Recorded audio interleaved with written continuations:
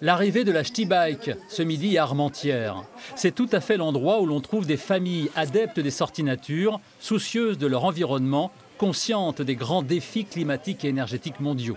Et pourtant, cette fibre écolo ne fait pas des écologistes.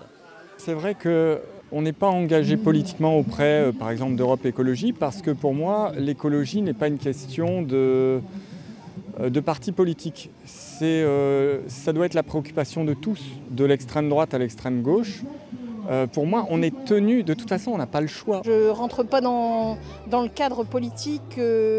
Moi, c'est tout le monde. Chacun doit apporter sa pierre à l'édifice. Pour moi, ce n'est pas réservé à un parti écologiste, mais c'est vraiment quelque chose où tous les partis devraient justement être sensibilisés et ils devraient travailler en fait par rapport à ça.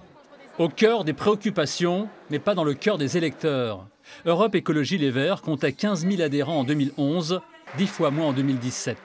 C'est un parti qui use. Marie-Christine Blandin, première écologiste à diriger une région, le Nord-Pas-de-Calais, et à entrer au Sénat, claque la porte en 2014. À l'élection présidentielle, qui comprend qu'Europe Écologie Les Verts organise une primaire pour se choisir un candidat, Yannick Jadot, ici à Dunkerque, pour au final renoncer à se présenter. En tout cas, pas Dominique Planck, un historique du parti. À partir du moment où il y avait quelqu'un qui était candidat, il fallait aller jusqu'au bout. Ça, c'est mon sentiment. Effectivement, c'est incompréhensible. On l'a vu après pour les législatives. Déjà, vous existez encore. On pensait qu'après les présidentielles, vous n'existiez plus. Ça restera un épisode un peu douloureux. Je comprends que c'était difficile à comprendre. Moi-même, j'ai eu du mal. Un autre historique, Jean-François Caron, a cette formule. On a les maladresses des autres partis, mais nous, en plus, on donne des leçons.